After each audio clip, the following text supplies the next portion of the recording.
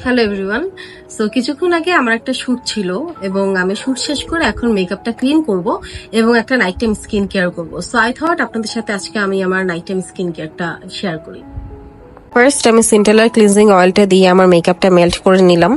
এই ক্লিনজিং অয়েলটা খুবই light weighted and heavy waste থাকলে এটা একটু বেশি পরিমাণে অ্যাপ্লাই করতে হয়, দেন এটা মেল্ট হয়ে যায় আর কি মেকআপটা। সো এটা দিয়ে আমার ফার্স্টে মেকআপটা ক্লিন করছিলাম, দেন ক্লিনজিং অয়েল দিয়ে মেকআপটা মেল্ট করার পর এই ডগডোর ক্লিনজারটা দিয়ে আমি আমার ফেসটা ক্লিন করে নিলাম। সো আমার ফেসটা ক্লিন করার পর আমি ডিরেক্টলি টোনারে চলে গেলাম। এটা আই এম ফ্রম এর ব্ল্যাক রাইস টোনার।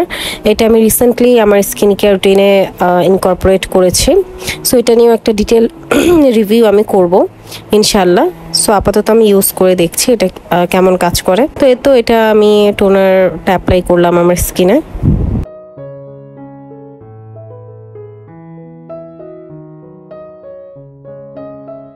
আমি কোজারেক্স এর 6 পেপটাইড স্কিন বুস্টার সিরামটা ইউজ করছি। এটা অ্যান্টি এজিং এ কাজ করে অ্যান্ড হাইপার পিগমেন্টেশন বা অ্যাকনে প্রোন স্কিনে ওটা ভালো কাজ করে। সো এই সিরামটা আমি ইউজ করে নিচ্ছি।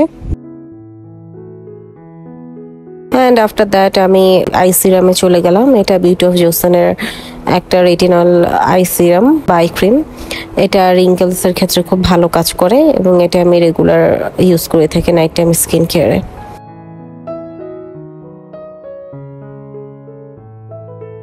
অ্যান্ড দেন আমি আরেকটা সিরাম অ্যাপ্লাই করছি। এটা অ্যানোয়ার নাইসিনামাইড অ্যান্ড ট্রানিক্সামিক অ্যাসিডের একটা সিরাম। এটা স্কিনকে বেশ স্টিকি করে দেয় অ্যান্ড খুব হেভি ফিল করে। এটা নিয়ে আমি একটা ডিটেল রিভিউ করব।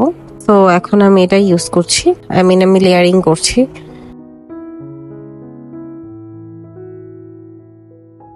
দেন সবগুলো সিরামকে লক করার জন্য আমি একটা ময়শ্চারাইজার ইউজ করছি। একটা ডক্টর অ্যালথিয়ার 345 রিলিফ ক্রিম।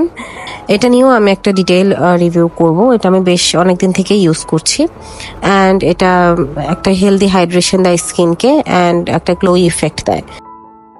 দেন আমি একটা লিপ বাম দিয়ে আমার স্কিন কেয়ার রুটিনটা রাতের জন্য শেষ করি। আমি রেগুলার রাতে এটা ফলো করার চেষ্টা করি সো দ্যাট আমি পরের দিন একটা গ্লোই অ্যান্ড ডিউই স্কিন নিয়ে উঠতে পারি। So I hope you all enjoyed my night time skin care. See you soon, bye by.